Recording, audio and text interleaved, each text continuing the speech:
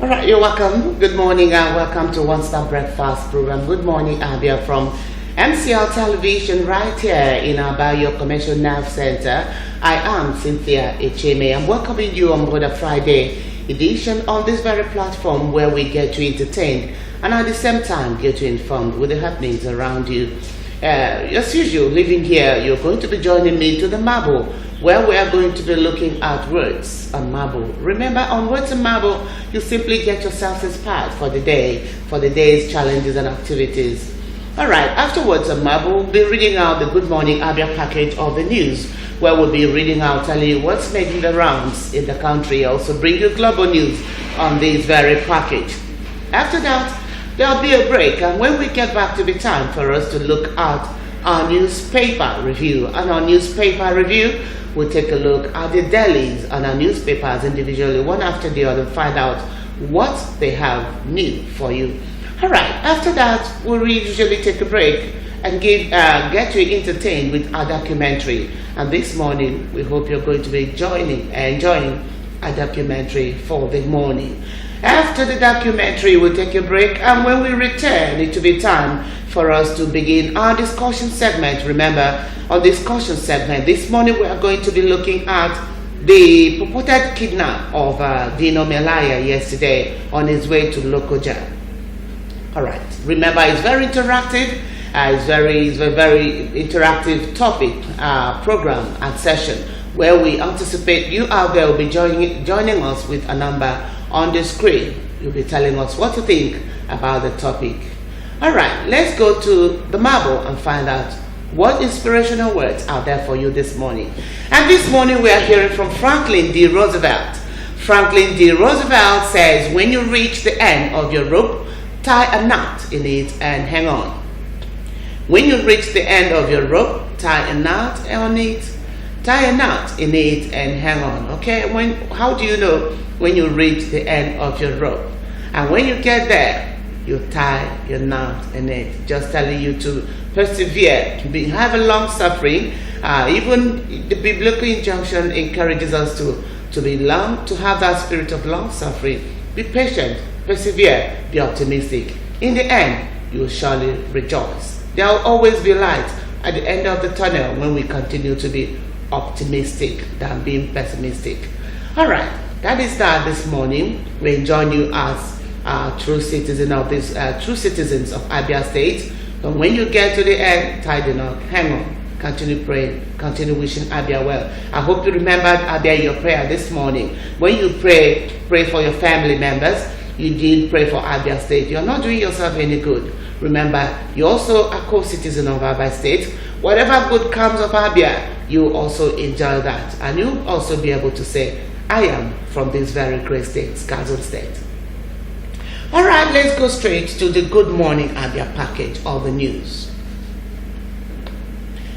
President Muhammad Buhari on Thursday urged Nigerians to resist the tendency of blaming leaders only for the country's state of affairs. The Nigerian leader, who has lately been criticized for his alleged shoddy handling of the nation's affairs, says the change that was desired in the country starts with individuals. Buhari said this in an address he delivered at the graduation of Senior Course 40 of the Armed Forces Command and Staff College, Jaji, Kaduna State. The president assured Nigerians of his administration's efforts to return the country to the path of peace and prosperity.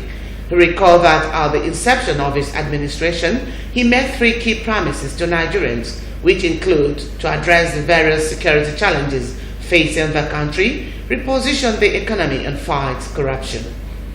On security challenges, which is said abounded in all countries of the world, Buhari said he is certain that with consistent efforts of security agencies, the challenges will be considered minimized. He told the graduating officers to realize that the nation has invested a lot in their training, hence the country expected the best from them in terms of commitment to their duties and fatherland. Buhari noted that the numerous security challenges facing the world today were transborder in nature, involving actors in different sub-regions and regions. Buhari said, to effectively combat the prevalent security threat, there is a need for African countries to continue to work together at all levels, including operational and tactical levels. He recalled that the armed forces of Nigeria, Cameroon, Niger Republic and Chad are in multinational operation to combat Boko Haram in Lake Chad Basin region.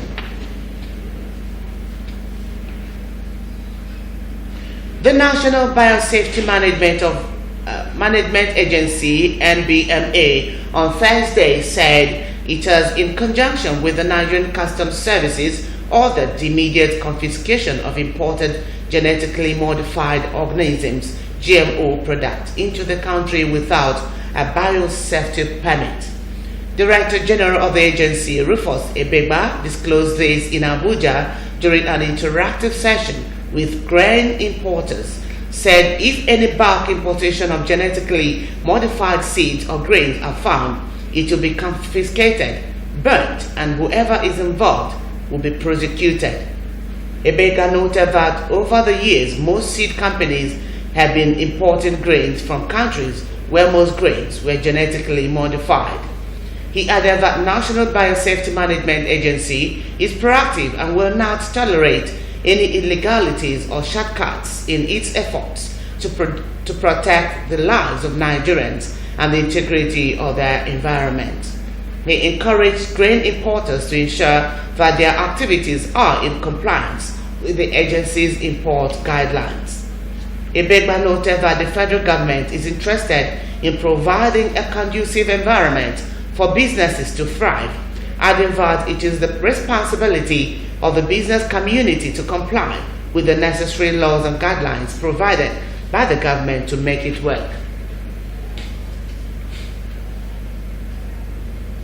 With rising inflation in the country and its attendant effect on virtually everything sold in the market, MCL TV News in this report takes a look at the need for both federal and state governments to implement the new minimum wage as agitated by the Nigerian Labour Congress to enable Nigerian workers meet their daily needs. Kekon Gabriel completes the story. Before the coming of Hassan Somonu as first president of the Nigeria Labour Congress in 1978, there was no history of a structured minimum wage for workers. However, the Udoji package of 1975 was not regarded as a structured minimum wage because it was not negotiated by workers' representatives. Following this development, then president of NLC, Hassan Somonu, began agitation for wages following a pay rise for political office holders at that time, called for 300 naira per month minimum wage in 1981. This led to a major strike which culminated in President Shehu Shagari and the Hassan Somonu-led executive agreeing to a 125 naira per month pay package. However, speaking with our correspondent on why both tiers of government need to implement the proposed 56,000 naira minimum wage as demanded by the NLC, some leaders of the National Union of Local Government Employees (NOLGE) lamented that the current 18,000 naira was no longer tenable. It is apt. It has been long overdue for the country to review the current minimum wage. Even the 50,000 minimum wage might not even be enough, but at least let it be that something has been done upwardly as regards to minimum wage, so that the civil servant and the people can as well have some live a very good life. Because normally salaries are supposed to be increased every 4 years, and I think it is high time that the federal government look into it. The labor union are doing the right thing, and by now I expected the federal government to have complied with our demands. It's a justifiable demand. Justifiable in the sense that the cost of living is so high. There is nothing in Nigeria now that 18,000 naira can buy. But however, is it tenable? Is it achievable? Then that is the next question. Why most states of the Federation are yet to afford and fully implement the 18,000 naira, which has been due for review since 2015, Other speakers charged the Nigerian leaders to be prudent in managing resources. They also called on workers to shun corruption. Let the government workers change the attitude towards assisting the politicians to stop the little prey.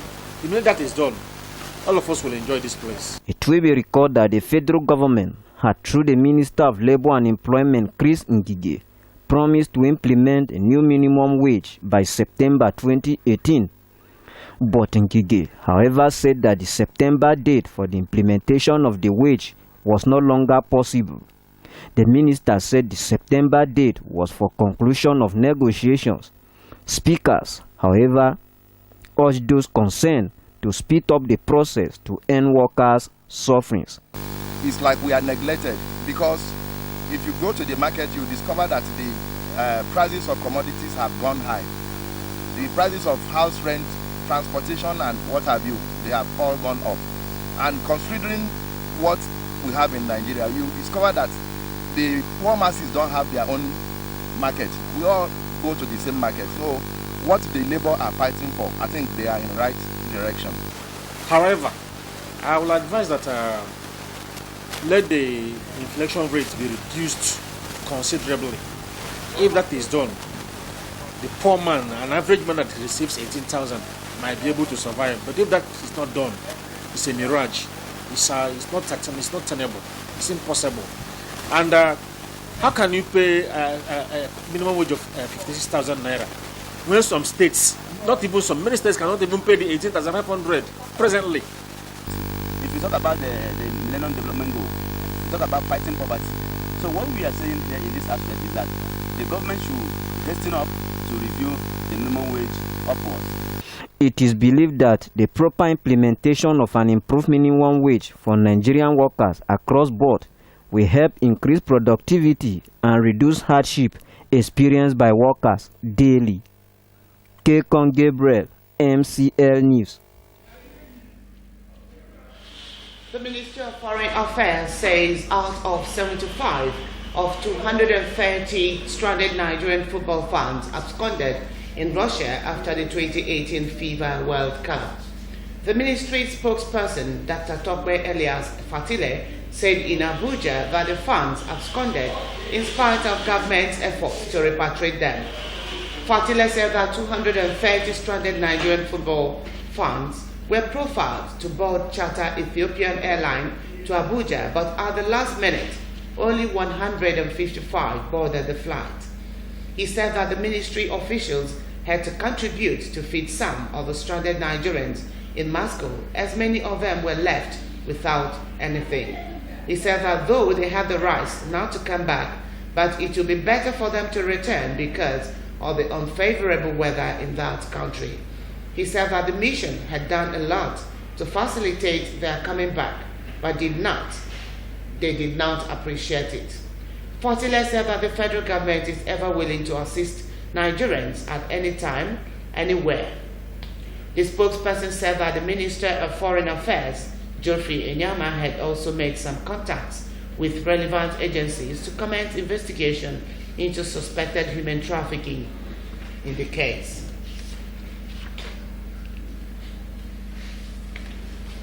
From the international scene, North Korea has returned remains believed to be of U.S. troops killed during the Korean War, the latest move in the cautious diplomacy between Washington and Pyongyang.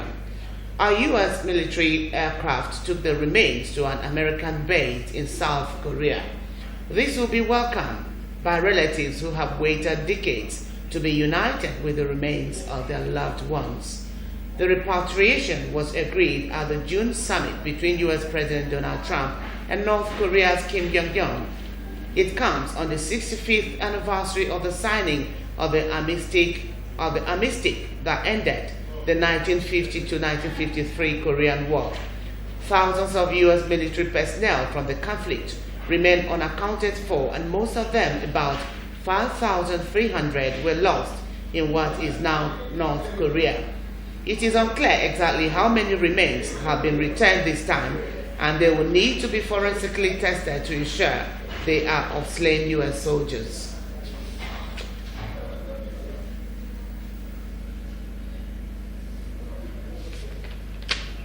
that's the sound of our Good Morning Abia package of the news. With that, we'll take a break, and when we get back, to be time for us to take a look at our newspaper review. Don't go anywhere. Thank you.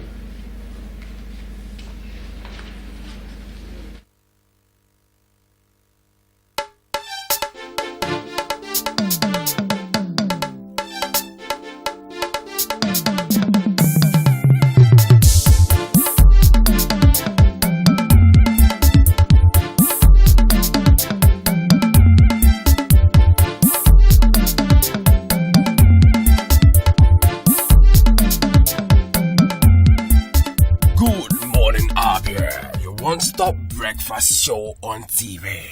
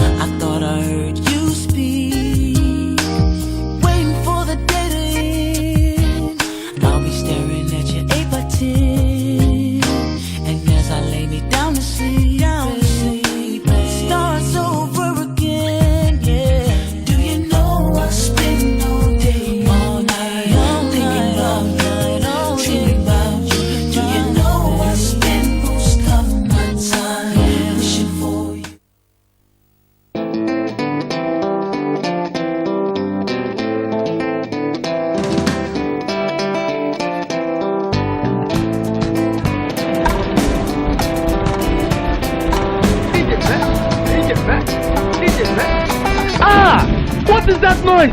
It is so busy quick.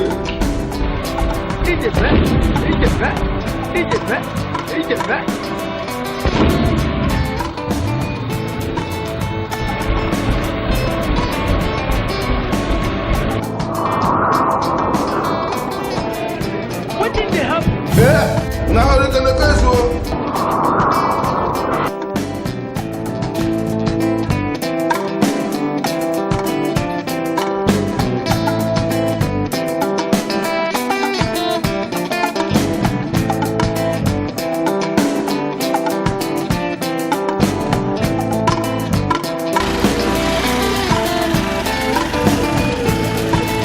Okay, so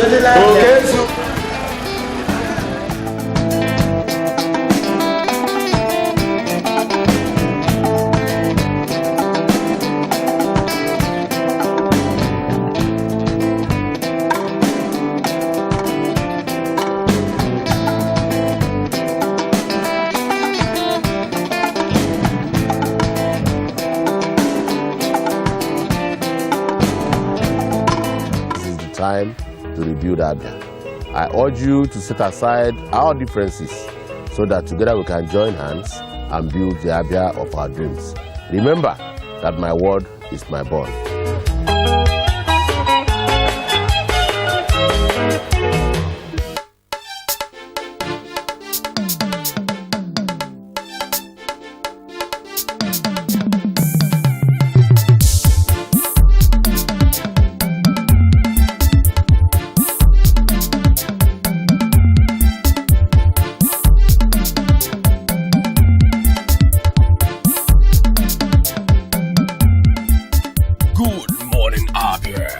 Stop breakfast show on TV.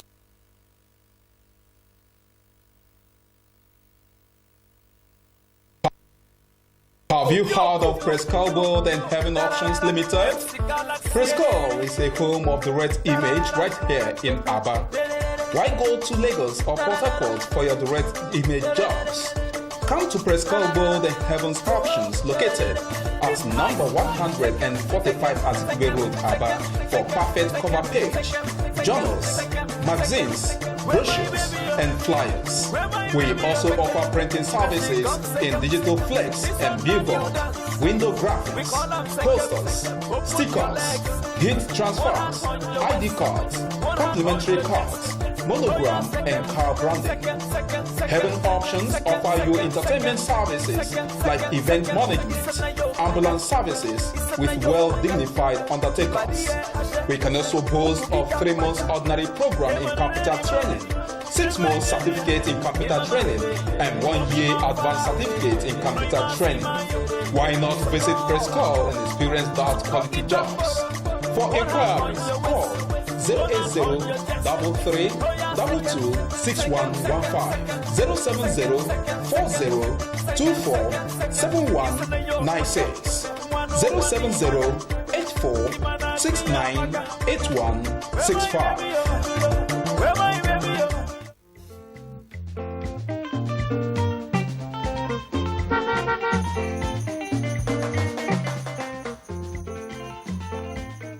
Do not deface Abia State with posters.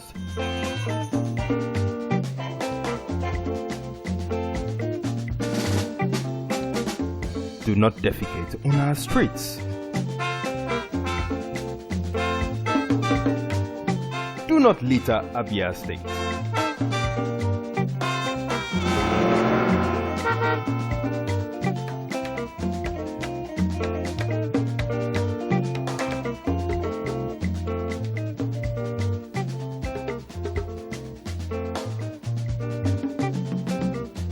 My brothers, I say wetin man go do for this world where people no go talk.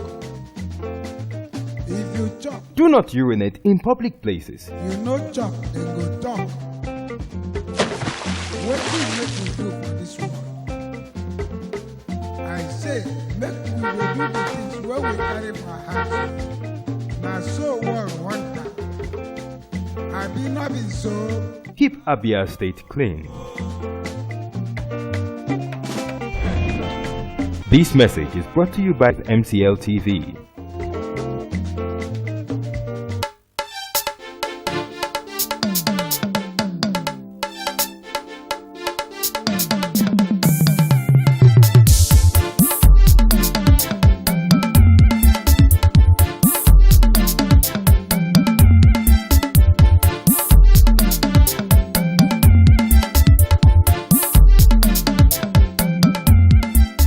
Good morning, Abia.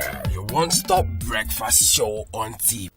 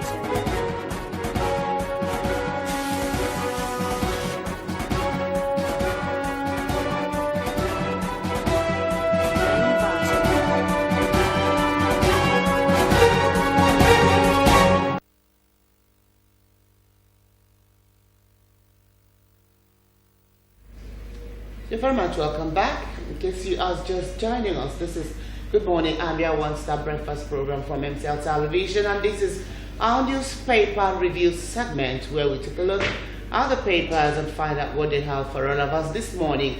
And we are kicking off as usual with the Daily Sun. On the Daily Sun this morning, very interesting headlines.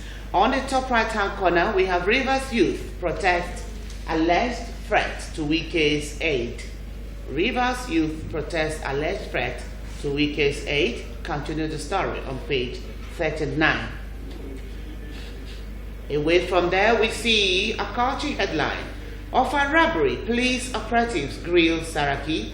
Police operatives grill Saraki. Keep appointment at National Assembly. Go to page 6. Keep appointment at National Assembly. That's the banner there. All right. Continue, like we said, on page 6. And that takes us down to meet this very colorful picture element.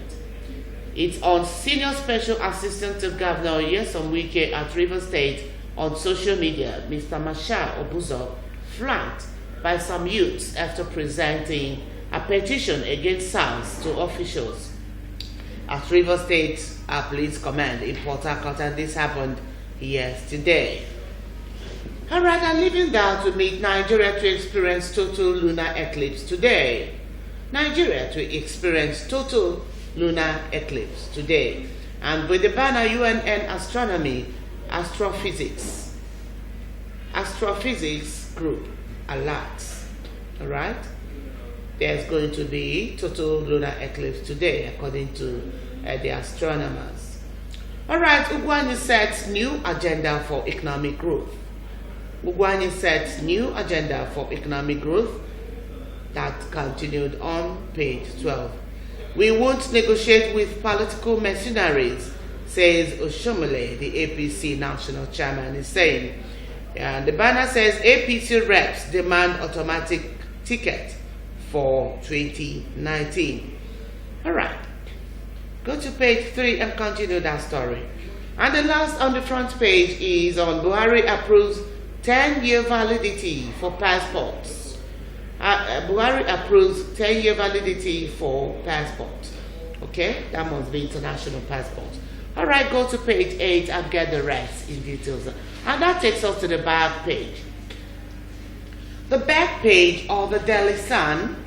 On page 47, we can see the future of Duro Onabule beckoning 2019 boycott and defections. All right, boycott and defections. Go to page 47 and grab the rest of the story from Duro Onabule. And that takes us to that on sports. Victor Moses returns to Chelsea training. Victor Moses returns to Chelsea training. I'll continue that story on page 46. Away from there, here comes Onoha Uke's Public Fair. Police Oshomole and demonstration of craze. Police Oshomole and demonstration of craze. And that there is a picture element of Oshomole, the APC national chairman and National Labour Party boss. All right, and that takes us down as we are meeting Citizen Joe. All right, man kills love after he found condoms in her bag. And the response, maybe she uses them as shortcut in the rain. All right, and that does it for the Daily Sun this morning. Let's go to the next paper, and it happens to be, as usual, the Daily Sun. The Daily Sun this morning, very interesting headlines also.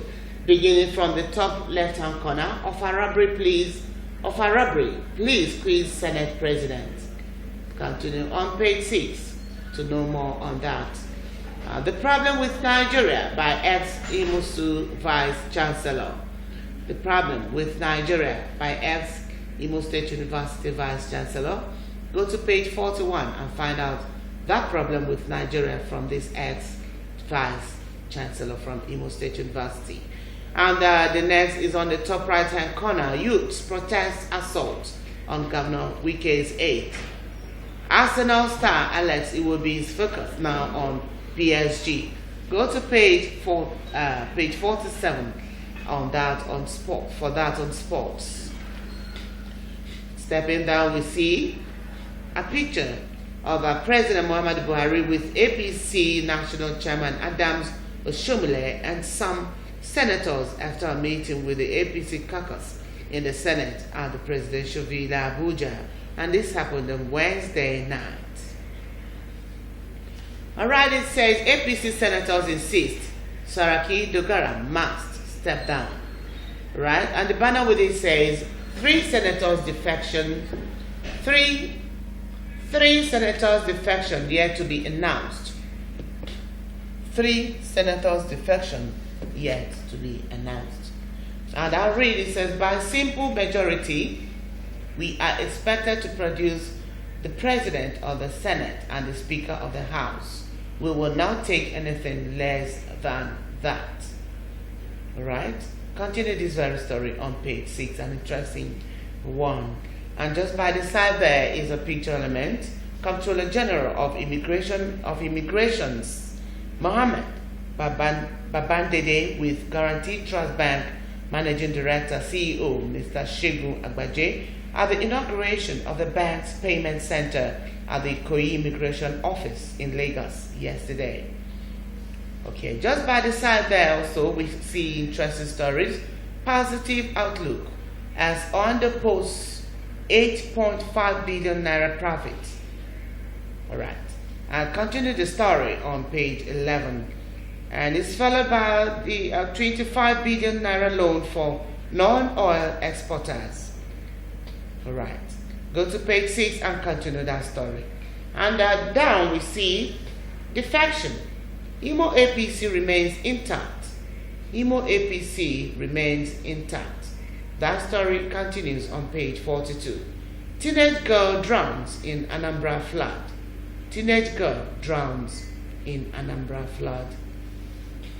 A very touching one. Please continue this very disheartening story on page 42. May her soul rest in peace. All right, let's go to the back page. On the back page, you are meeting today in the nation from Olatunji Ololode. Are they true patriots, or were they victims of a familiar rape culture, like hordes of underprivileged youth? Were they caught in dizzying sordid dialectic, by which the Nigerian rapist, the ruling class, methodically plowed the raped, clueless, impoverished citizenry barebacked. Very interesting this morning. Olatunji Ololode this morning in giving us those very, very play on words this morning. Today in the nation, please read up. Shegun Gbadegeshi, our brand of politics. We see 3 picture elements there. PDP Chief Secondus, INEC Chairman Mahmoud Yakubu, APC Chair Adams Oshomole. Our brand of politics, Shegun Gbadegeshi. On the back page of the nation, please read. Promises an interesting reading. All right, and down we see Headbowl. Headbowl this morning writes and says, Katsina Alu and the things men do. Katsina Alu and the things men do.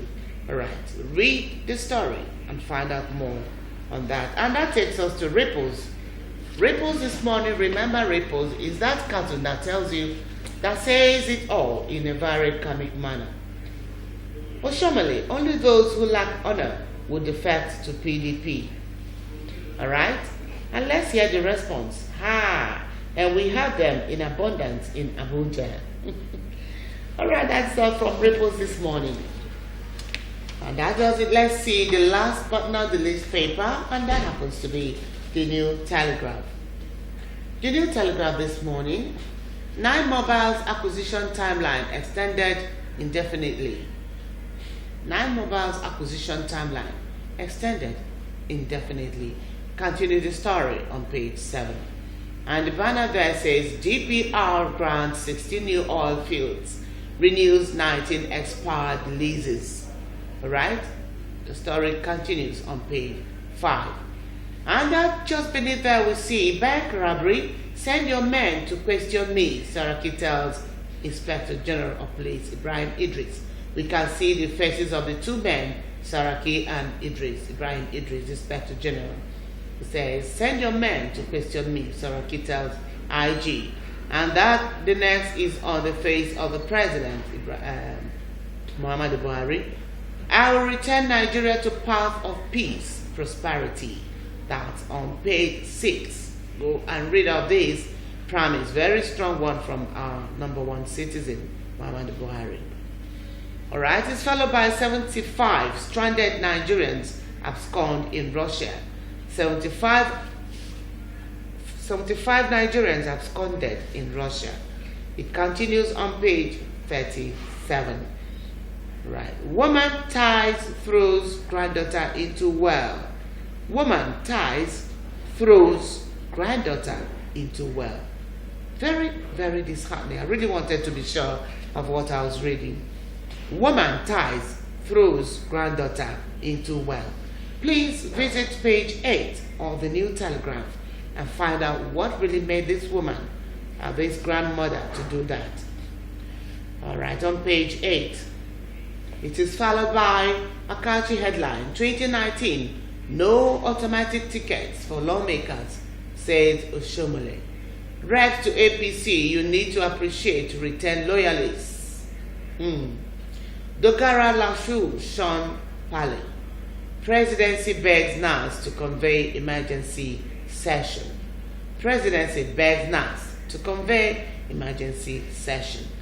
All right, very interesting ones. Go to page 5 for all of these very interesting stories we just read out. And that takes us down as we meet two colorful pictures.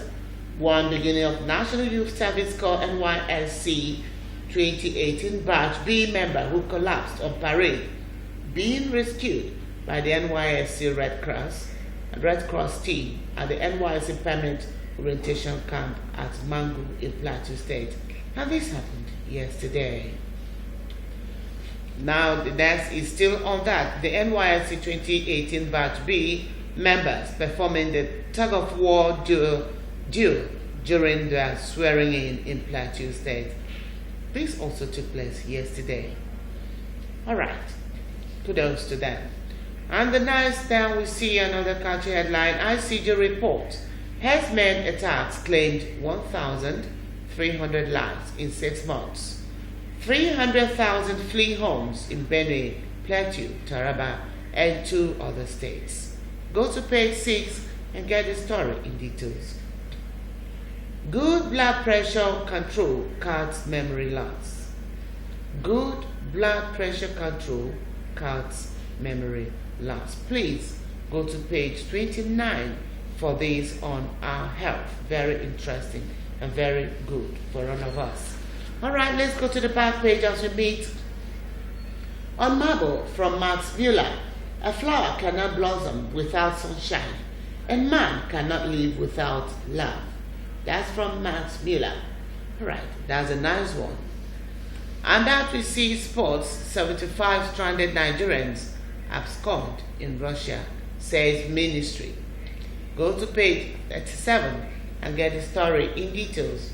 And as we leave that step down, we see beware of Randy stepfathers, Michael West. Beware of Randy stepfathers from Michael West. That's guest columnist this morning. And beneath there we see, did I hear you are sleeping with my daughter? All right, I'll urge us all to read the back page of the New Telegraph. And with that does it for our newspaper review this morning. Remember, it's just the tip of the iceberg. There's more to read out there, so many papers for you to grab. Go to your nearest vendor, grab all of the copies, or just one. There's no overdose to knowledge. The more we read, the more informed we are, and that will help us to discuss based on facts and not on rumors. All right, that's it. With this, we take a break, and when we get back, to be time for us to face our discussion segment this morning. Remember, we're going to be looking at Dino Melaya's abduction yesterday on his way to Lokoja. All right, I would ask you to join us. Remember, it's very interactive. With the number on the screen, usually we expect you to give us a call, ask your questions, or come up with your opinion. We hope you're going to be joining us then. All right, don't go away.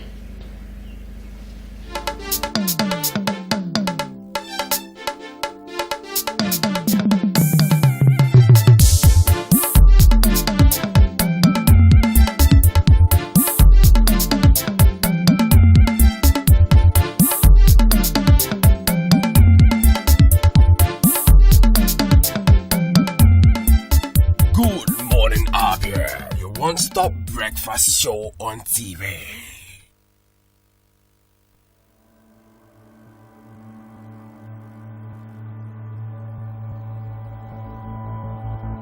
Hello, good morning. This is Breakfast with Bill. Thanks for joining us, everyone. I'm Zoraida Samble, and it is 5 a.m. here in the East, so let's get started. Good morning, everyone. Welcome to Early Start. I'm John. Bonjour, Gwendoline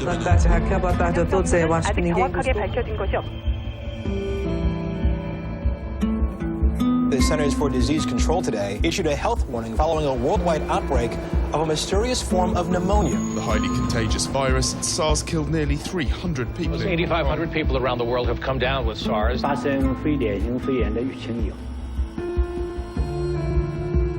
The World Health Organization has declared a swine flu pandemic. Spread of the H1N1 swine flu. The outbreak has spread widely and cannot be contained. I think we can contain the spread of this Influenza pandemics must be taken seriously.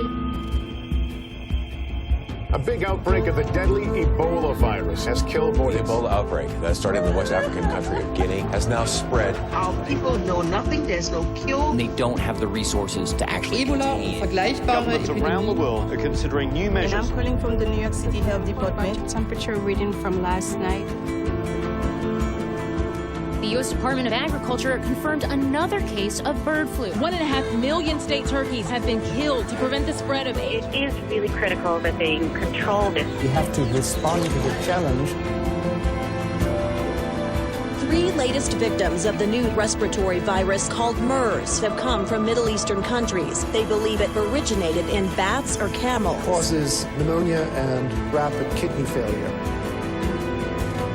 As the Zika virus continues to infect people across the globe. The outbreak started in Brazil, suspected link to severe birth defects. Zika typically is transmitted through mosquitoes. When the weather starts to warm up, more of those mosquitoes could start coming north. Because I believe there is such a thing as being too late. There is a growing concern that gets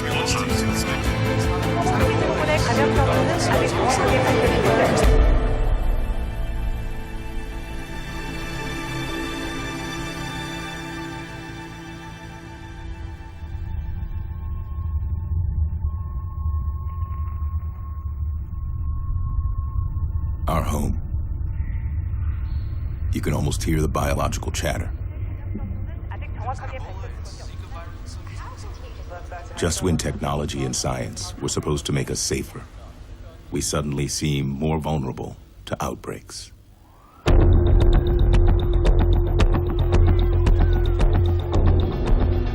Whether we like it or not, our world is globalizing ever more. And that's not only true for markets and for production, but it's also true for behaviors, for diseases. So we're more vulnerable because of our mobility. Secondly, we're far more people, and we're also living more and more in very crowded cities.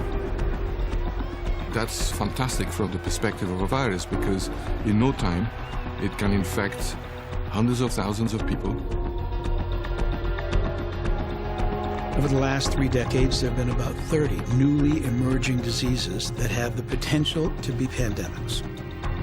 If we do nothing, it's not a matter of if there will be a global pandemic. It's just a matter of when and which virus and how bad. The world changes around us at increasing speed. We cause a lot of that change. Migrating to cities, stripping the earth of its resources, and altering primeval jungle. We are seeing whole entire ecologies, that which you can see with your eye and that which you can only see with a microscope. One system after another, completely reshaped. Is there a sense where... In every case, this affords opportunities for viruses and bacteria to seek out new homes, cause new havoc, including disease for human beings. When contagion happens, life alters in an instant. We don't feel safe. We lose trust. Fear spreads very quickly when you have an infectious disease outbreak. Communication is so much more pervasive. People know what's happening in another part of the world so much more quickly, so much more vividly than ever before. So the contagion of fear moves faster than the contagion of the pathogen, the disease itself, and the fabric of society starts to deteriorate.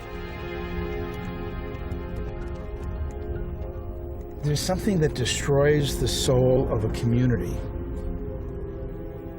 that happens when an epidemic is out of control. It's not just the large number of casualties and the deaths, which are itself unthinkable, but it's what it does to the social fabric of a community or a nation.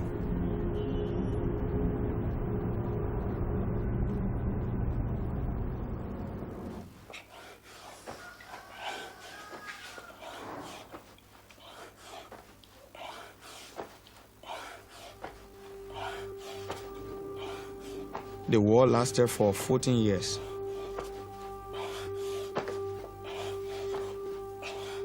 I was quite little, but I still remember vividly everything that I saw.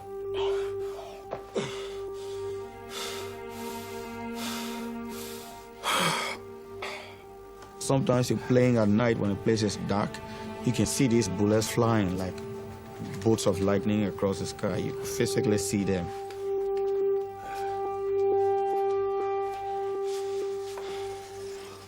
My father would bundle all of us up, and we head the opposite direction. Huh? You know the bullets are coming from this way because you hear the sound coming. And you see the soldiers going that way to go and fight it. So you know you have to go the other way. But look at Ebola. How are you going to protect yourself? You have an enemy you cannot hide from. You cannot run from Ebola. Where are you going to go? Who are you going to run to?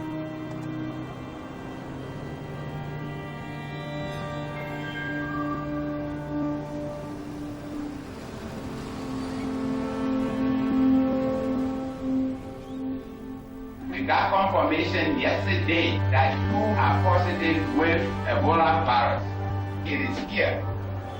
Ebola is transmitted through bodily fluids, saliva, blood, urine, feces. This is an invisible foe. Ebola first surfaced in West Africa in a remote rural community.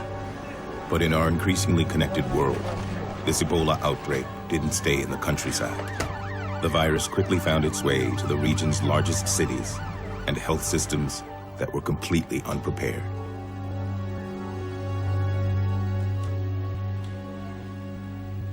I graduated from med school 2 years ago.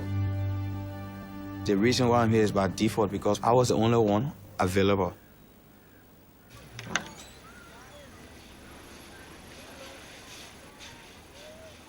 I'm a general practitioner, and I got 1 day training to get prepared for this.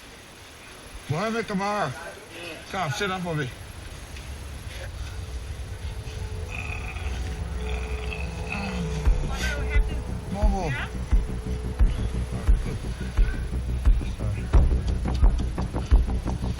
When we started admission on August 17, the following morning, there were ambulances lined up at the gates.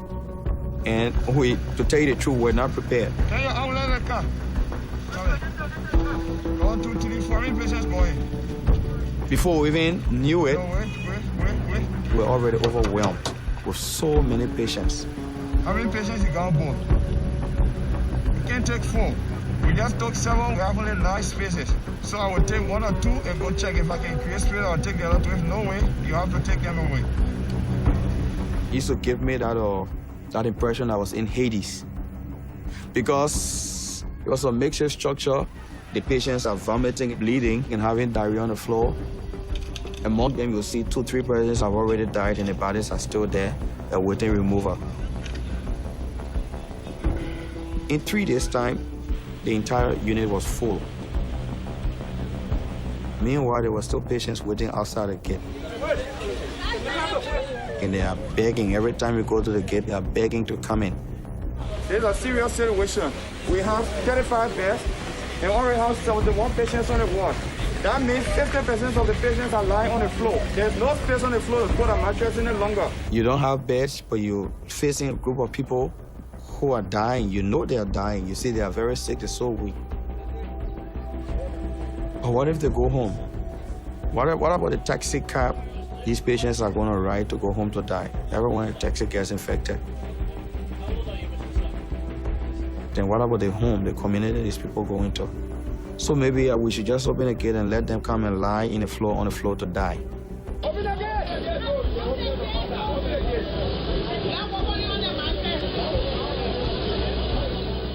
So we just open the gate and just let them in, sometimes 16 persons, sometimes 20 persons. And we'll be there for 3, 4, 5 hours trying to give them fluids, antibiotics, and other medicines.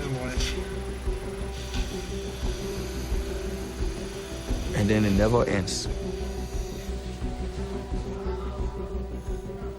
As you are walking out, a new patient is walking in. And then when you go home and come back the following morning, there are 7, 8 deaths overnight.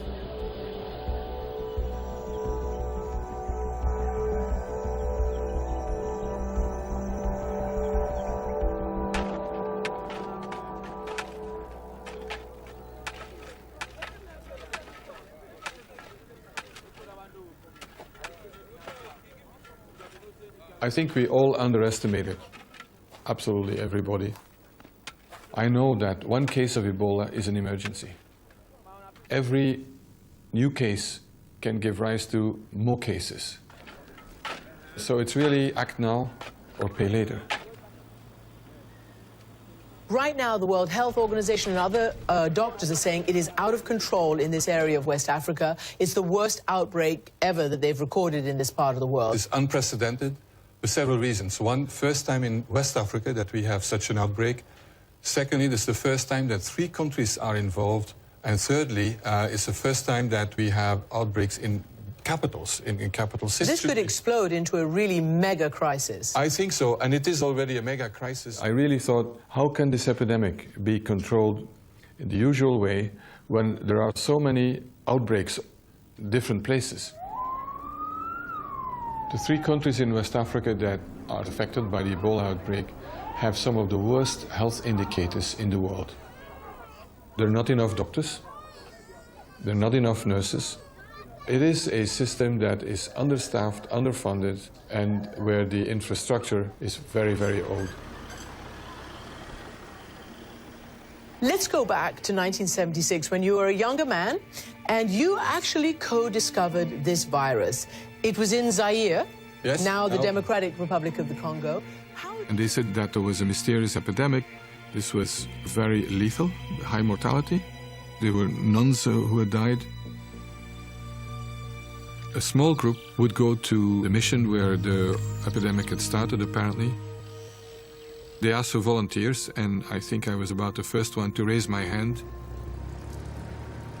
Although I had absolutely zero experience in doing this. Mesdames, Messieurs, ensuite nous poursuivons nos programmes avec un documentaire à l'hôpital de Yamoussoukro. Our mission was to, 1, to put in place some basic measures to contain it, and using quarantine, that's what we thought. And 2, to find out how is this transmitted. Because that's the key to stop epidemics, to know exactly what the risk is, how is it transmitted. It's really a detective work. So we tested whole villages, talked to the population, and then have a very primitive questionnaire. How old, where have they been, have they traveled? And what we found was that there were very few survivors, very few, and that indeed so what we call case fatality rate was over 90%.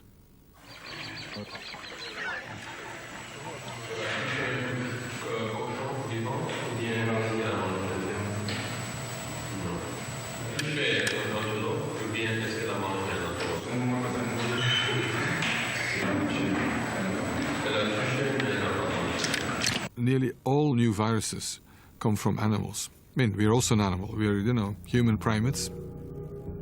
So during the outbreak, we started collecting samples from all kinds of animals. I even took blood from pigs because a number of pigs had died at the beginning of the epidemic. So we said, you never know. But we didn't find any trace of Ebola. My boss at the time, Stefan Patijn, had always told me, watch out for the bats. And it became a bit of a joke. But the old man was right, because the only reservoir that we think where Ebola is hiding are some kind of fruit-eating bats. When I was a child, I really liked to read all these, science fictions.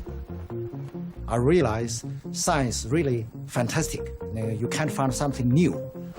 So this is why I'm working on emerging and re-emerging bacteria and viruses. I think for the Ebola, when you put all the data together, the transmission rules or cycle is clear. So definitely it's from bats. And then you have an intermediate host. It could be some mammals in the African region, and then to the human beings. It could also be directly from bats to humans. You can see Ebola, SARS, and MERS, all these viruses, they are from bats. So bats is a very serious problem.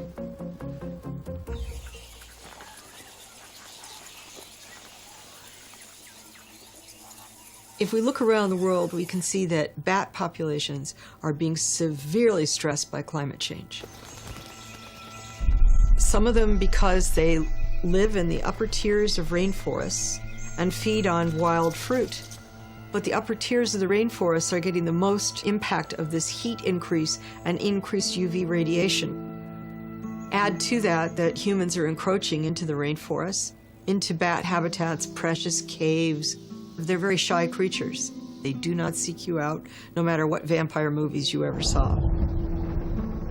As humans encroach, we see more and more bat populations starving and coming into human habitation areas to feed on our agricultural production. And in the process, they're passing their virus on to other animals and to humans. We are imposing changes in the microbial world willy-nilly, thoughtlessly, and we do so at our peril. We have dramatically increased our contact with animals in a variety of ways. Through deforestation, industrialization of agriculture, and vastly increased consumption of animals. HIV spread out of Africa from a few monkeys and chimpanzees to infect millions of people on every continent. SARS jumped from a bat to a civet cat to a villager in China to more than 30 countries in a matter of weeks. Animal and human health are completely linked. In the 21st century, 75% of all new infectious diseases have come from animals. Sometimes directly, in other cases through intermediaries like mosquitoes. If anyone had sat down and done, a fantasy hit parade of emerging diseases that might come to the Americas from Africa or from Asia, Zika would never have even been on the list. Zika virus originated in Africa and had never been off the African continent until it started making its way across Asia and South Pacific, ending up in French Polynesia and Yap. Yap is a small place that most people have never heard of, but when Zika hit it, 70% of the population got infected. That was really quite startling if anybody had been paying attention. But they weren't. Zika jumped from the South Pacific to Brazil in 2013, 2 years before it was identified there. The timeline corresponds to an increase in travel between the South Pacific and Brazil, including visitors who attended a pre-World Cup soccer tournament, the Confederation Cup. Someone was carrying the Zika virus, and some mosquitoes bit that individual, absorbed the virus, and that's the beginning of this saga. And then undoubtedly, the El Niño weather event provided the necessary ingredients, rainfall and drought, that fundamentally changed the conditions on the ground and allowed for the spread of this virus.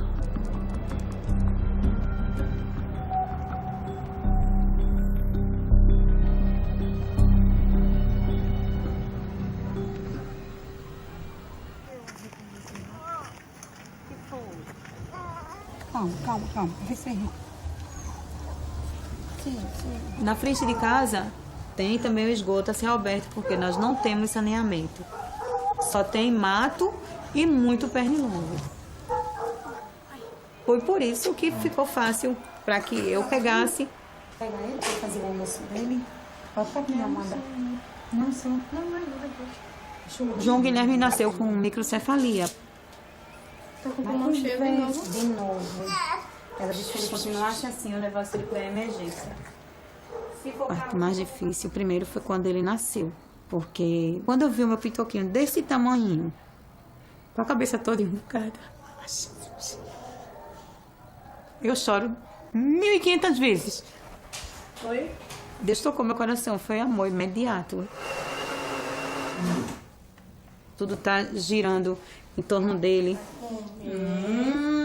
O almoço de João.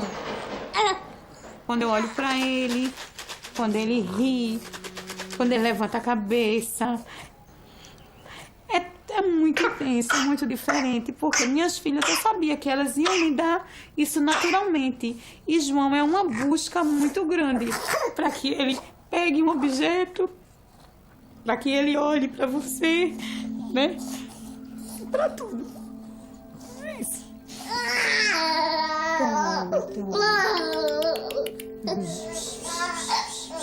Bora passear. Vamos pra floresta. Cadê mamãe? Olha. Pega o brinquedo. Aqui. Sim. Pega o brinquedo. Pega. Sim, coisa linda. Que coisa mais linda. Assim. Segura. Sim, segurou.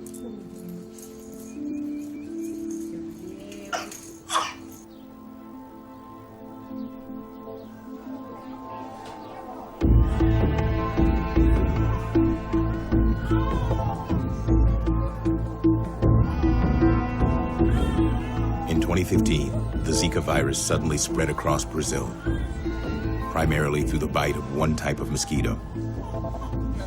The medical establishment only began to comprehend Zika's danger as the number of babies born with the birth defect microcephaly started to dramatically increase. No meio de setembro, e começaram, num dia só eu cheguei a ver 3 pacientes com microcefalia. E a partir daí eu comecei a ver, toda semana tinha pelo menos um caso de microcefalia. Foi quando eu passei um WhatsApp para um grupo de neuropediatras. Pessoal, estamos notando um aumento de casos de microcefalia. Se vocês estiverem notando também em outro serviço, provavelmente a gente vai tentar investigar. Então, a partir daí, a gente começou a acompanhar essas crianças e aí o volume, a cada semana, começou a aumentar. De repente, você ter... Aqui no nosso centro, a gente tem acompanhando em torno de 200 novos casos. Eu nunca tinha passado por nenhuma situação de epidemia tão grave em que acometesse uma população de uma maneira tão rápida e grave.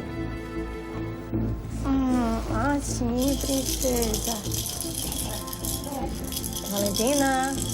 Ei. Microcefalia é o que a gente vê. O bebê nasce e a gente vê que a cabeça é pequena. Tá 36 agora. Eu vou botar no gráfico ali pra você ver. Pode pegá-la. A doença em si é uma coisa muito maior do que isso. Não tem medo de reflexo exaltado. Isso é o quadro que a gente vê que chama mais atenção, ou seja, um comprometimento cefálico na medula e um comprometimento ocular.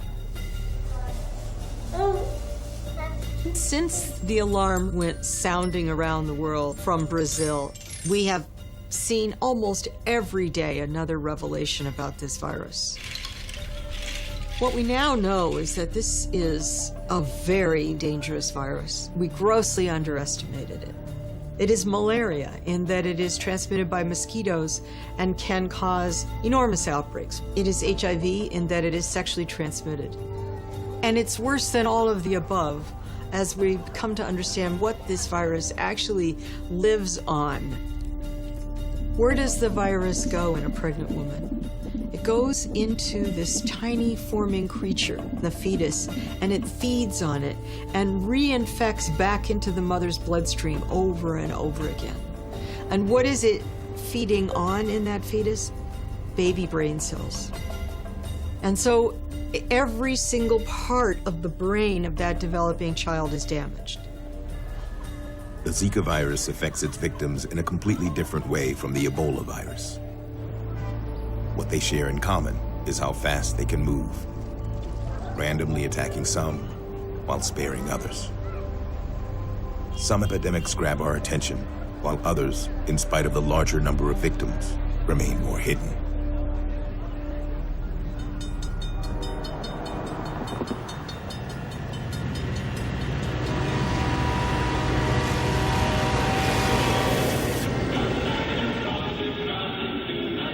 All the time on your hometown station, and of course adding in some holiday music. Oh, it's so close. Local note that passed along to that those in need of a flu shot may still get them. Walk-ins are welcome at the Steel Public Health weekdays between 8 and Owatonna, Minnesota. It's a beautiful town. When we moved here, it just felt like home. I think we got lucky. The good Lord just gave us two good kids. Shannon, she's a complete surprise. Sarah was almost 16, and I was 40. She was at a joy. Right from the get-go, she was a joy for everybody. We were a tight family. First time out by herself. Oh my gosh. I remember when she got a permit, she was just so tickled. She goes by herself. So I was so proud of her. Oh my gosh. Oh my gosh. Somebody's driving.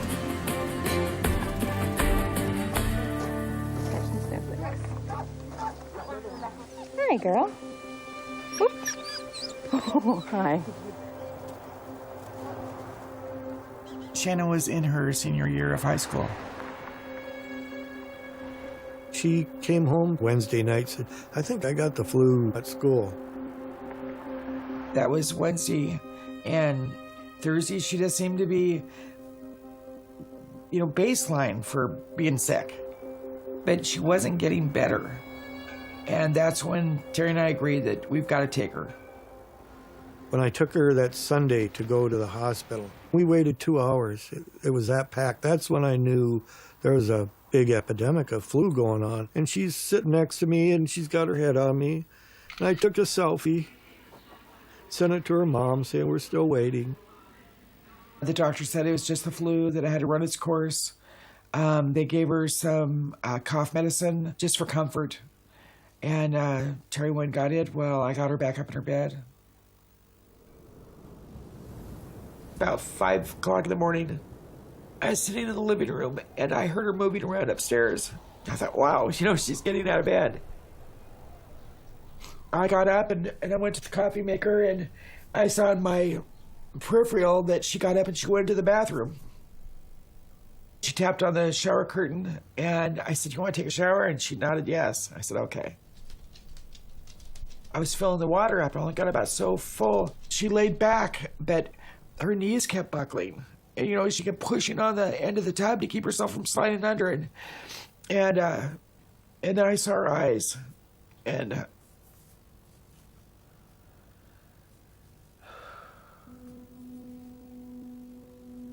pounded on the wall and woke Terry up.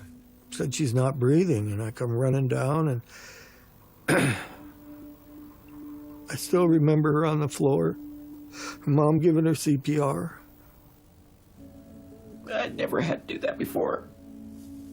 And it's nothing like they teach you in class.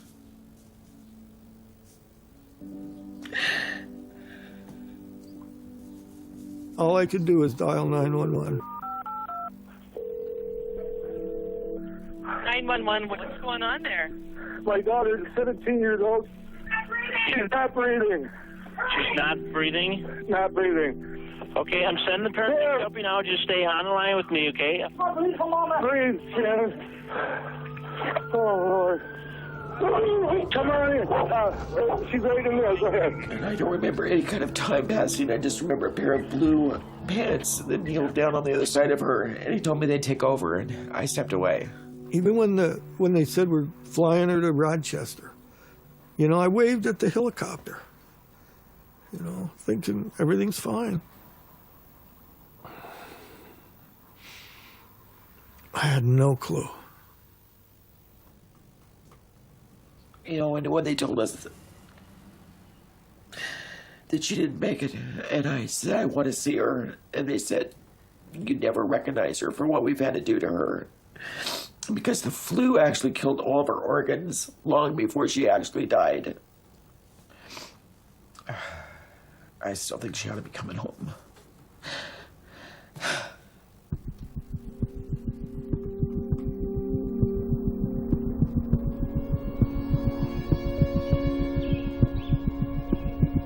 The biggest pain in the world as a parent is losing their child. This is the most unnatural thing to happen to a human being.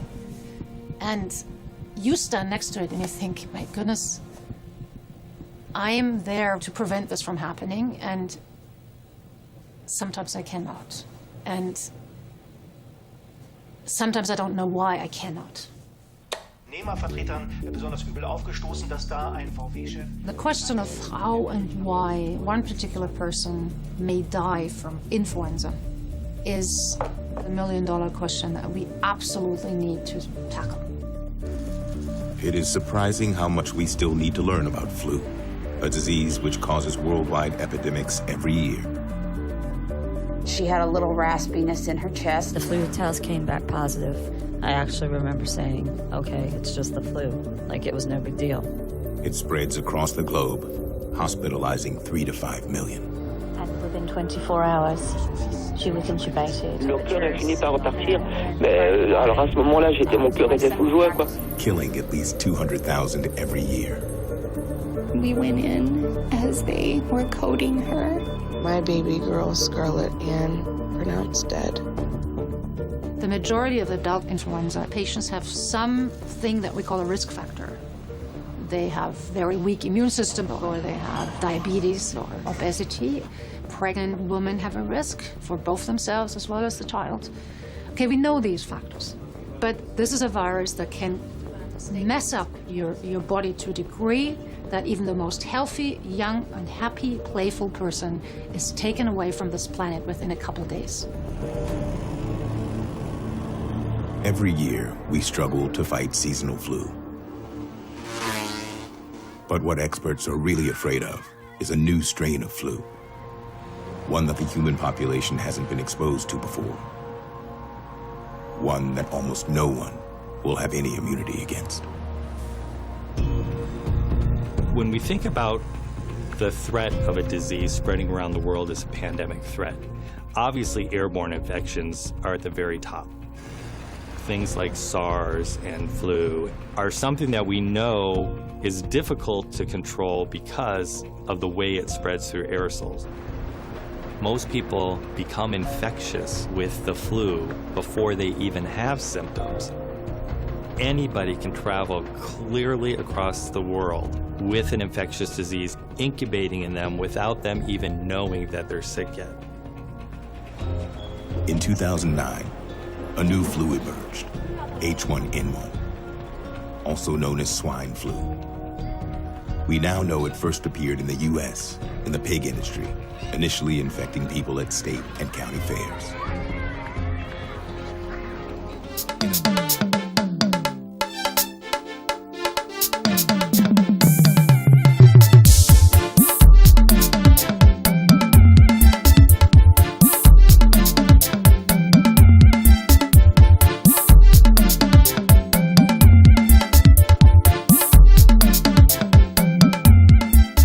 Good morning, Abia, your one-stop breakfast show on TV.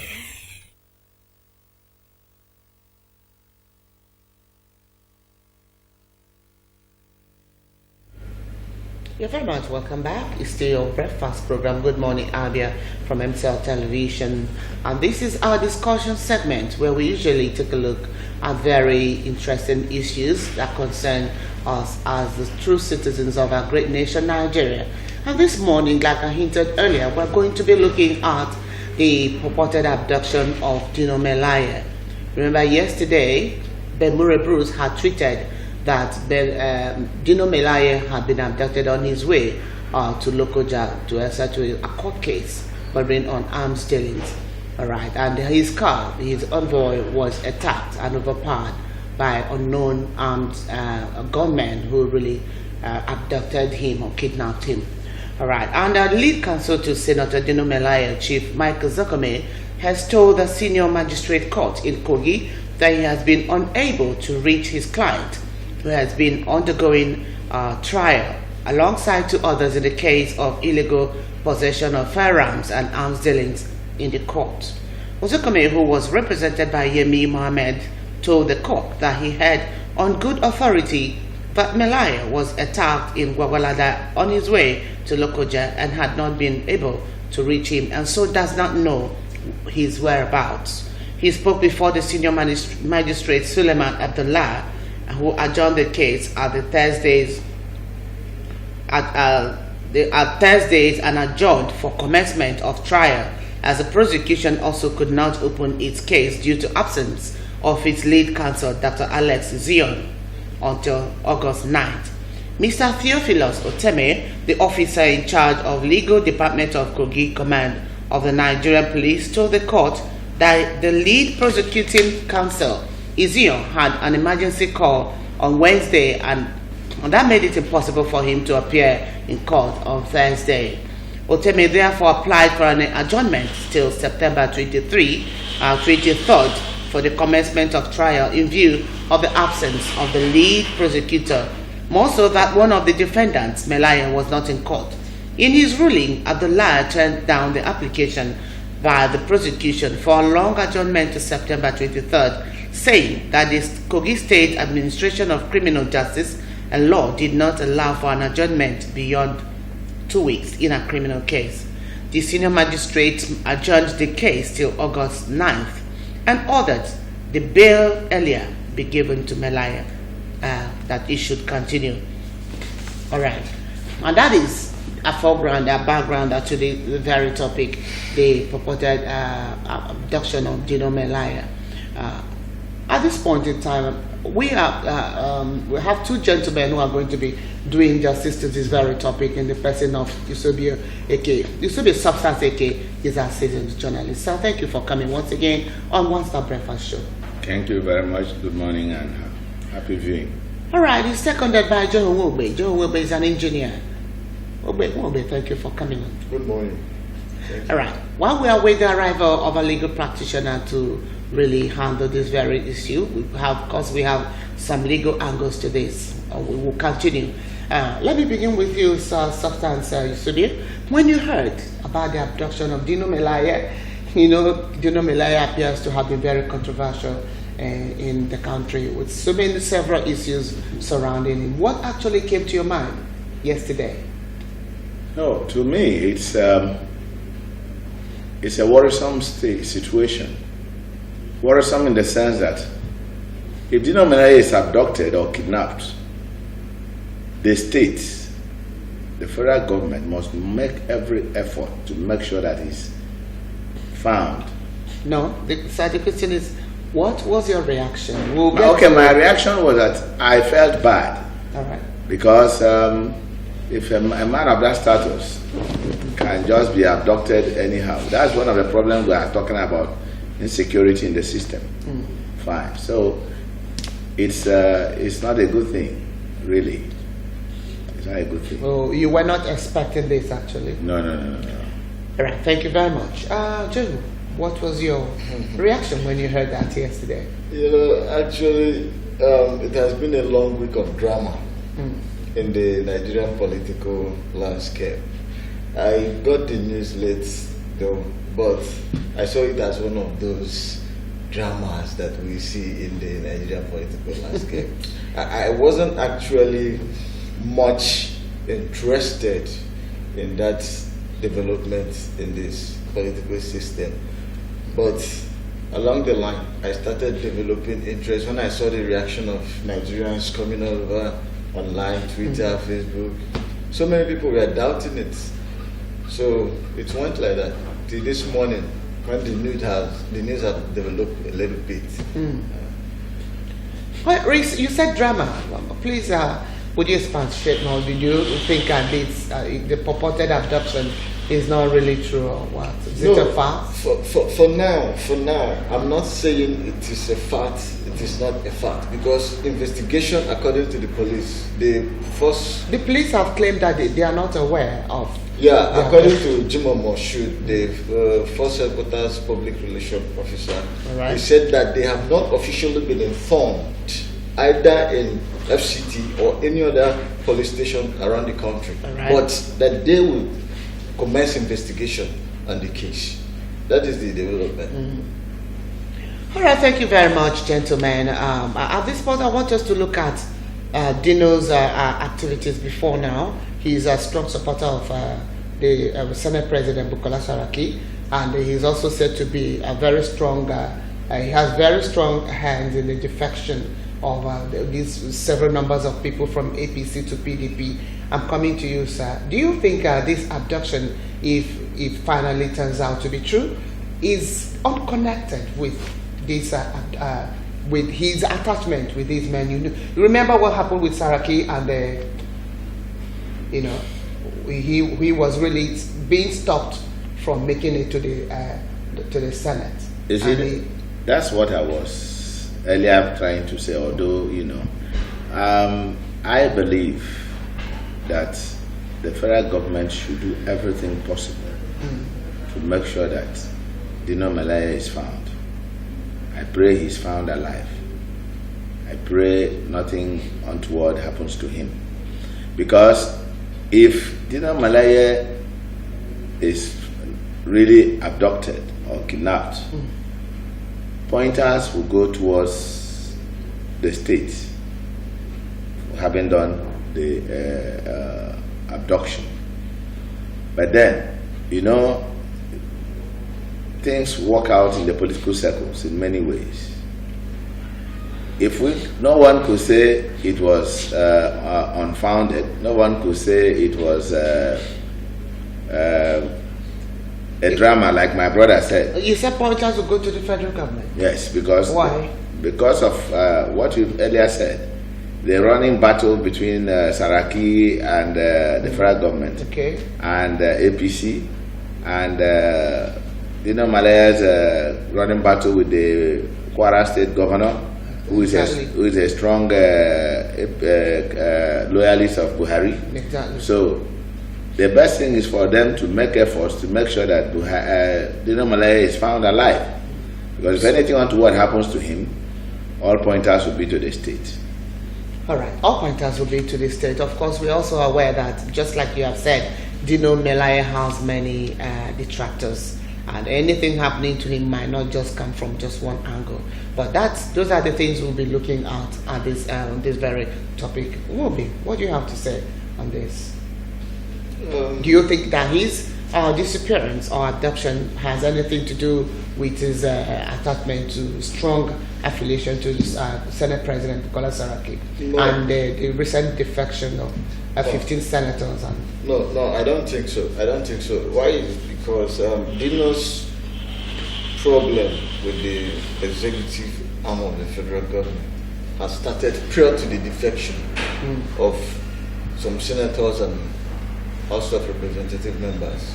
We were still in a situation where he was trying to be moved from FCT to Kogi, his state, by the police, and they had problem on the way. He wanted to jump up. And we know he has a problem with Yahaya Bello, who is the governor of Kogi State. Yes. So his problem has started before the defection. It doesn't have anything to do with the Saraki saga with the federal government. All right, thank you very much, gentlemen. This time we want to invite you, the viewer out there, to join us on this very interactive session. where we're looking at the purported abduction of Dino Melaya yesterday, where Ben Murray Bruce also tweeted it in his Twitter account, and it's been all over the place in the paper and the social media. All right, I want you to join us, tell us what you think, or ask your questions. The gentlemen out here will be capable of handling the situation. All right, sir, what does this really portend for a cross-section of Nigerians if indeed a Nigerian 7th senator would be abducted just like that, easily like that, and up till now nothing has been heard? The police still denying that they are not aware of, or officially aware of anything like that. So what does this portend for a cross-section of Nigerians in terms of security? I know that Nigerians are all aware that we have no security in the country. This is the primary problem of the Buhari administration. Government all over the world, the primary job of government is to give protection of lives and property. Yeah. And we know that it's in a very short fall in Nigeria. And without our missing words, every citizen of this country is afraid that in the next couple of minutes you could be a dead person, because the way things are going, there is nothing to show there is security anywhere. The government have to rise up to the occasion. If they really understand the essence of governance, our leaders should realize, if government, just to put it this way, in the streets of many towns, people are being kidnapped every day. You know, Malaya being kidnapped along the road in Gwagwarada is one of those things that we hear every day, that people are being kidnapped. So as a certain senator, even if he had his own bodyguards or what he means, police orderlies and details, and then people can overrun them and take him away, that will show you that there is no security in the country. So that's what it means. So everybody, our security is in Almighty, because I can understand that this country, the government cannot give us security. So any day you come out and go home, you thank your father, you thank God. That's the way I see it. All right, thank you very much, Yusudio. Jehu Mwobe, I want you to come in here. Yeah. How do you look at this in terms of security of life and property in Nigeria, if a 7th senator could be abducted so easily like that? Yeah, there is a lot of questions to ask concerning to the Dino Melaya purported abduction. On the part of the security of the provision of the Nigerian government to her citizens, if a 7th senator, who I think has police orderlies guiding him wherever he goes, will be adopted so easily, I think the common man on the streets is not safe. Then a lot of questions need to be asked too on the adoption of Dino Melaya at the Abaji area of FCT. Were there no eyewitnesses? Because since yesterday I have been asking questions, nobody have come out to say, I witnessed the incident. Were there no shootings between his orderlies and the kidnappers? At least there's supposed to be an eyewitness. At least at the incident spot, there's supposed to be some evidences of abduction. So these are questions that we are asking. I am not saying it is a drama, and I am not saying it is not an actual kidnap by a kidnapping group. So, but these questions, we need to look into them critically so that we can ascertain the true state of affairs. Just like Jim Momo should say, the investigation is going to begin, if it has not begun already. But from what I read online this morning, I heard that a very good source from one of Punch correspondents is putting that Dino has been freed. You can imagine that. All right, let's take this call. Hello? Hello. Hello, good morning. Good morning. Please, your name. Yes, thank you, sir. It's AG. Thank you for calling. What do you have to say on this topic? When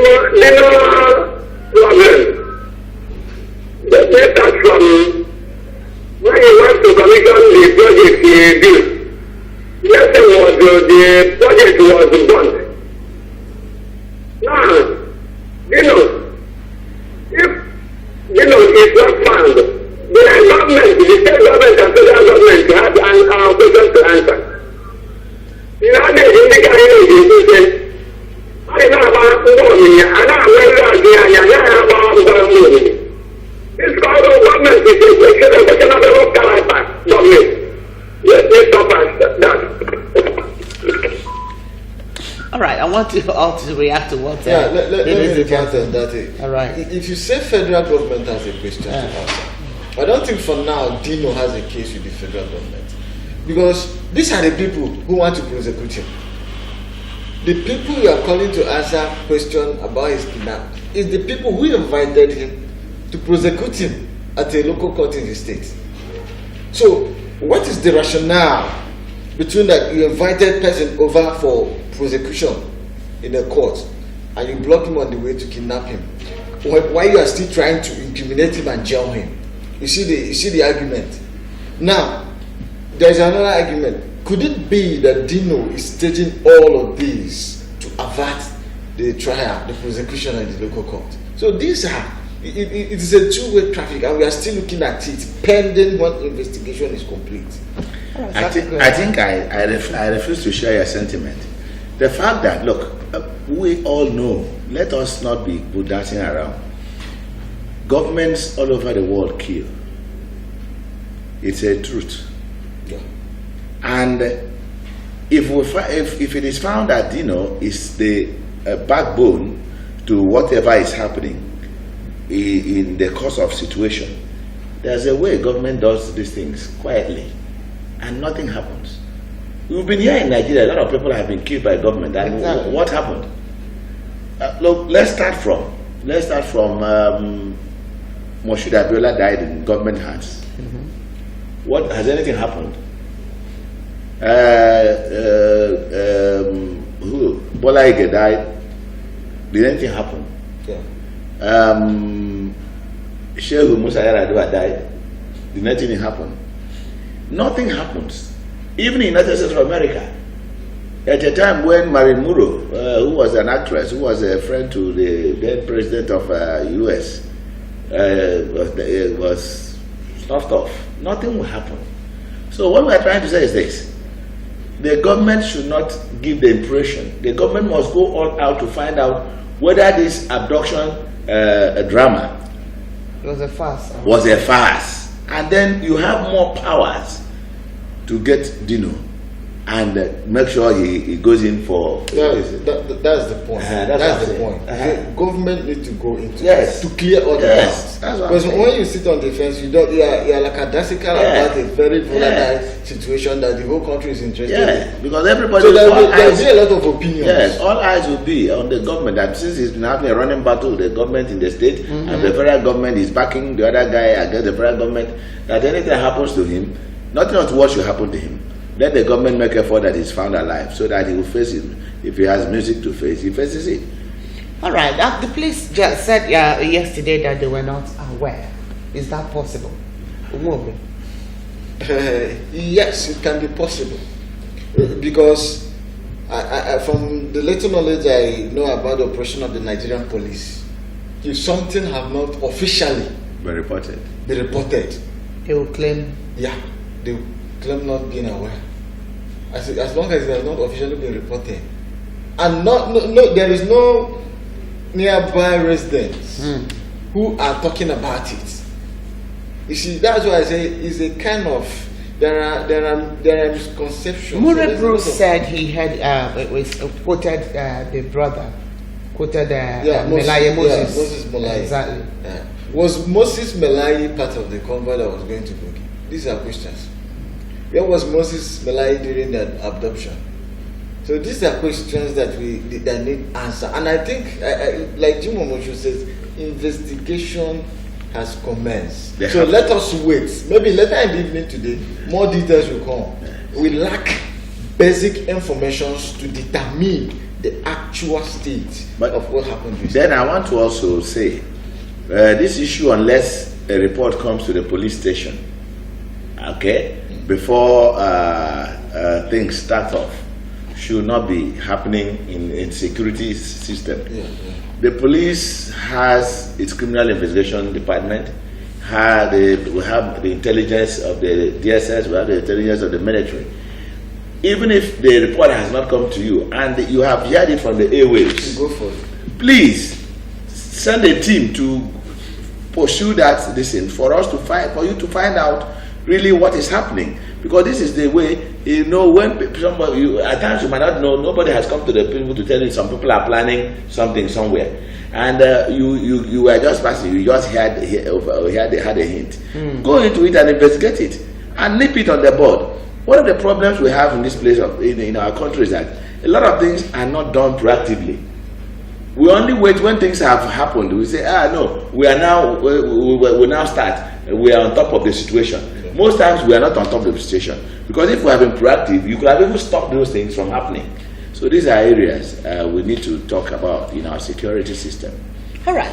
Dino was recently granted bail at the tune of 5 billion naira, and also still had a case and still has a case with the court on arms dealings and all that. And he was invited to Lokoja before he was overpowered, according to the story, by God's men and abducted. So, is there any underlying story, something that you're seeing in this that's trying to align it with the disappearance? No, you see, like my co-panelist has just said, Nigeria is a place of drama. If we decide to follow it the other way around, the drama, you now start wondering, what was it hatched? Was it premeditated and organized to happen that way? That's a different aspect. That's a different angle, yeah. Fine. But I'm trying to look at it holistically. What is the security situation we have in the country? We don't have security in the country. Let us be realistic. So, that is why. Dino, knowing his position, knowing his position is always on the controversial side. Yes. Do you think Dino would have been traveling without fortifying himself with enough security? No, you cannot have more than the security that you've been given. Let us say, I found out that most times you see a minister or you see even what do you call it, a senator or a house representative, he has about 2 or 3 or 4 police officers. I remember some of his securities was withdrawn. Well, withdrawn because of the fine. So, if they were withdrawn, so how do you go? You must drive yourself. And if you are driving yourself, maybe with a friend or a relation, and you are going for such thing, you can be abducted, if need be. That's what I'm saying. The federal government have to really go into this matter to so that you can exonerate state apparatus over this matter. Because if you say they were abducted, who abducted? How do we get them? That is why the federal government has all the machinery to fish out, to know, so that we can know the truth. All right, let's hear this. Hello, good morning. Good morning. Thank you for calling. Please, your name and your location. All right, thank you, sir. What's your take on the topic? Say about police. Police is not do their work, and they have some money. And everywhere is police, but they are not doing their work because it's in Nigeria. So we're talking about the abduction of Dino Melaye.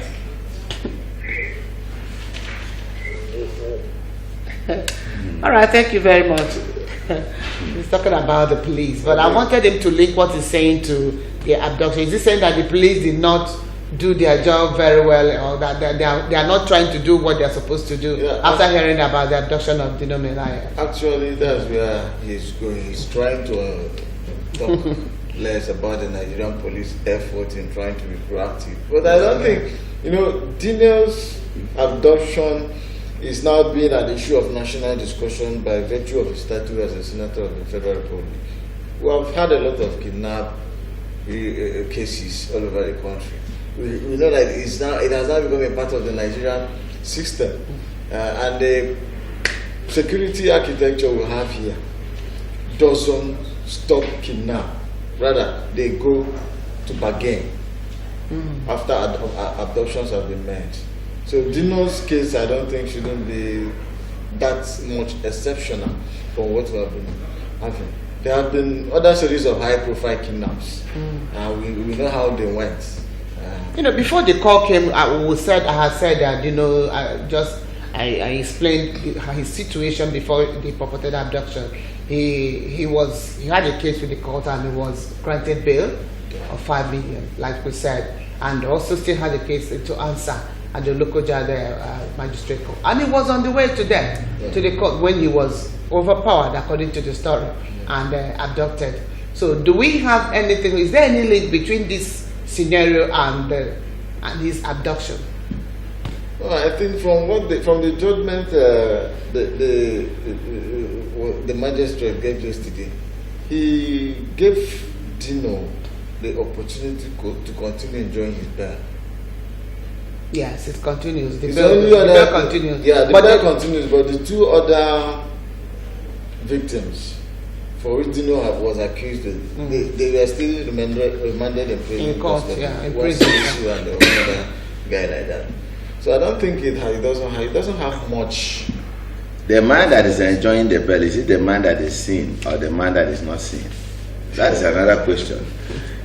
You have been asked to enjoy your bail, but you have not been seen. So where will you stay to enjoy the bail?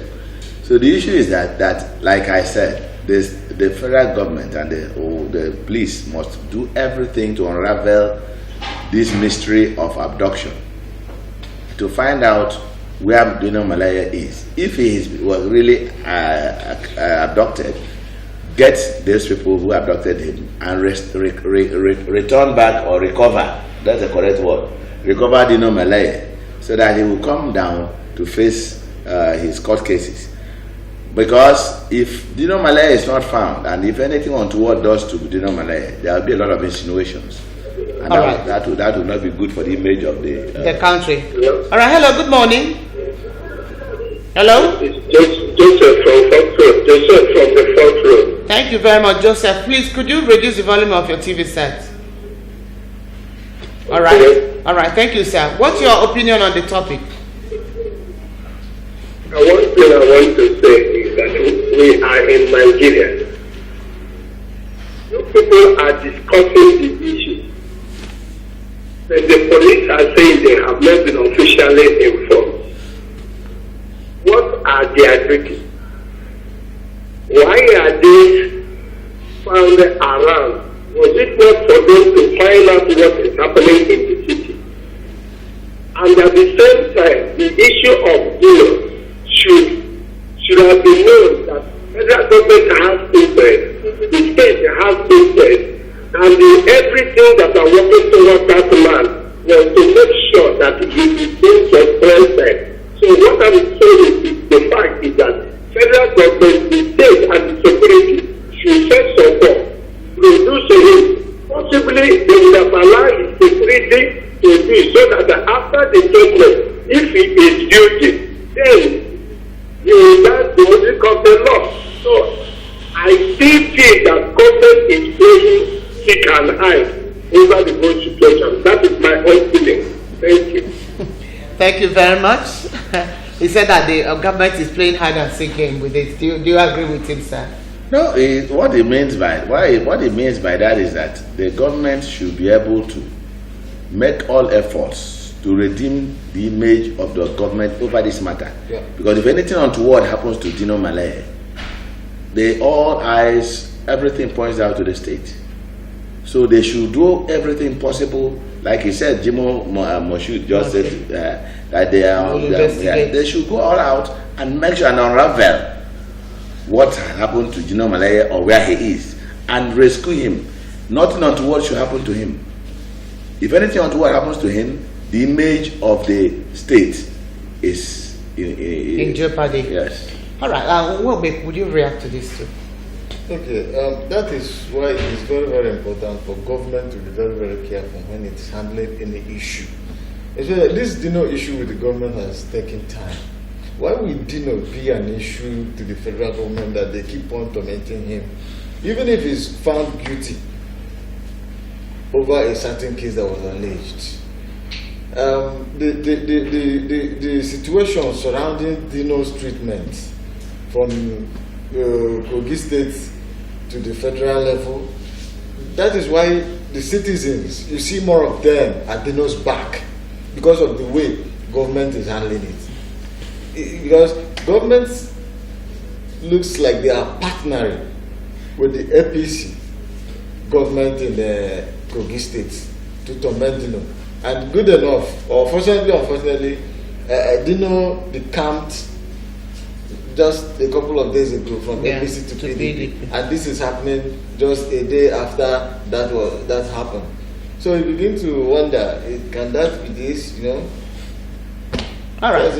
Thank you very much, gentlemen. And because of time, I'll just receive signals for us to quicken up for the time.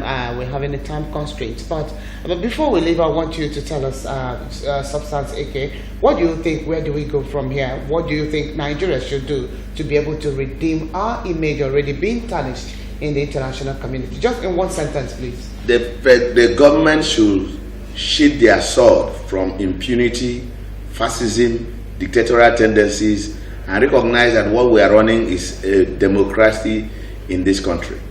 Democracy is an opportunity for everybody to have a free association, free to discuss, and free information and all that. The issue of trying to force on people and the things that are most important in the lives of the people, number one is protection of life and property. And any government that cannot give it to us, please resign. All right, thank you very much, Jerry Wobe. Yeah, I think there should be fairness in the treatment of every citizen.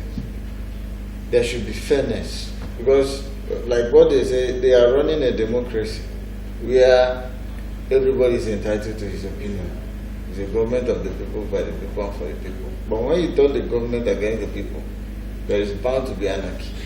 So there should be fairness, equity, so that everybody in the state will be comfortable with his opinion and assured of safety and freedom, irrespective of divergence of opinions in whatever societal affair. All right, thank you very much. We hope the right ears and eyes are watching and listening to our projections and our wishes that we all have freedom of speech, freedom to do whatever we know, of course, in the positive side. Say your own opinion, even in the House, in the National Assembly, and the upper chambers there. Where anybody, no one should be victimized for saying the truth or standing with the people. We continue to hope well and pray for Nigeria. All right, and with that, to wrap up our discussion segment on One Star Breakfast program, Good Morning Abia, and promise tomorrow more interesting package coming here. But before that, up next is sports coming from Kekon Kebra. Don't go away.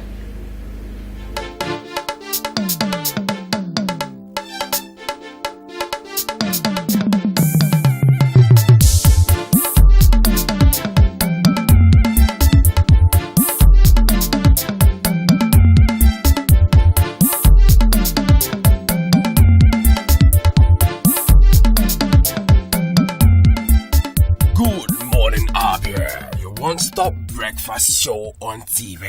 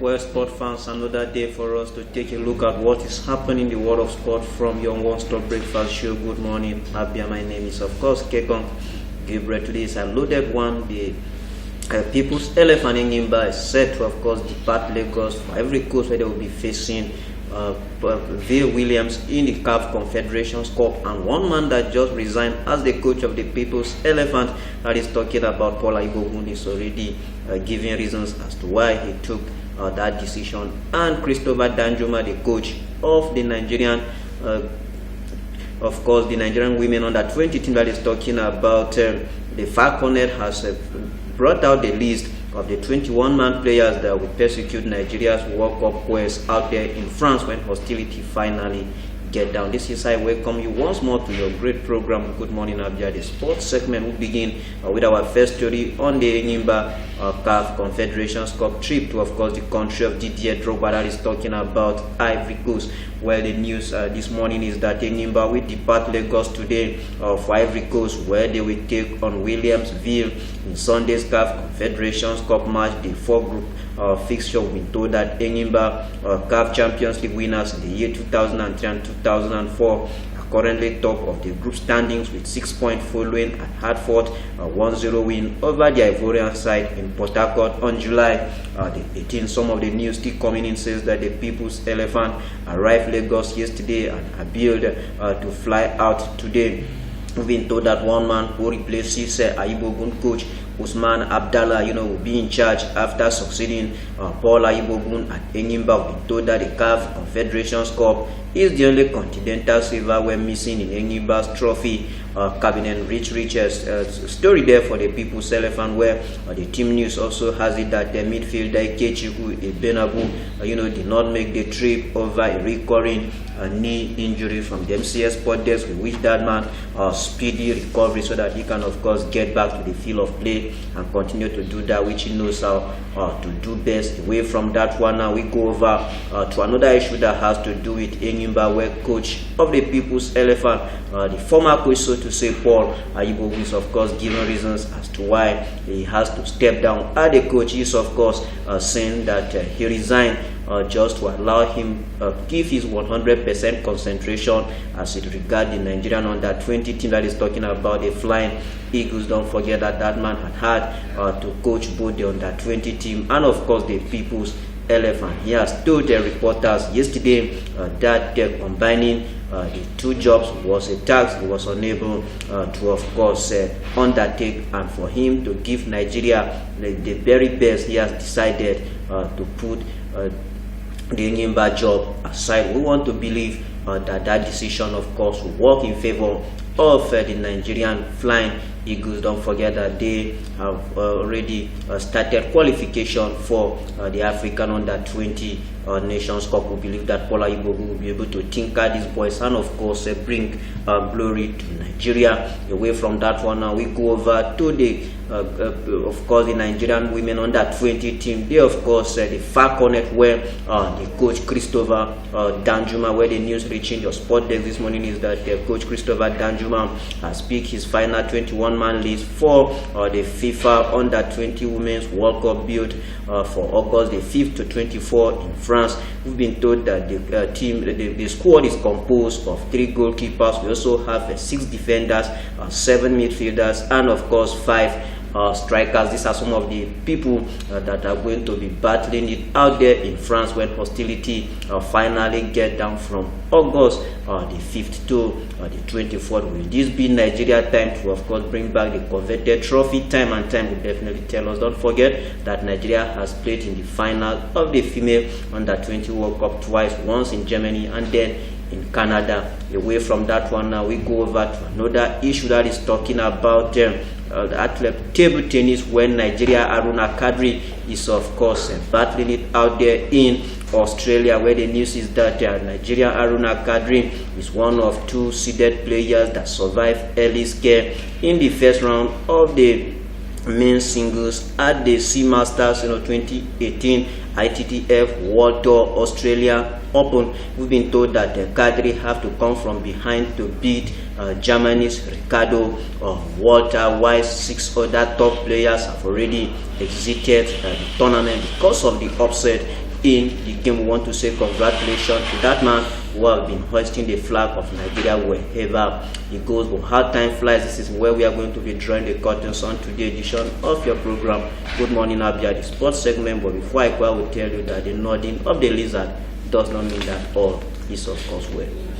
All right, thank you very much. That's the world of sports, where indeed, if you all agree with me, there are no dull moments coming to you from MCL Television. And with that, we'll wrap up our breakfast program from this station, promising tomorrow more interesting package coming your way. From me, Cynthia HMA, I ask you to have a lovely morning and day ahead. But up next is Nosalachi Omabia. Don't go away.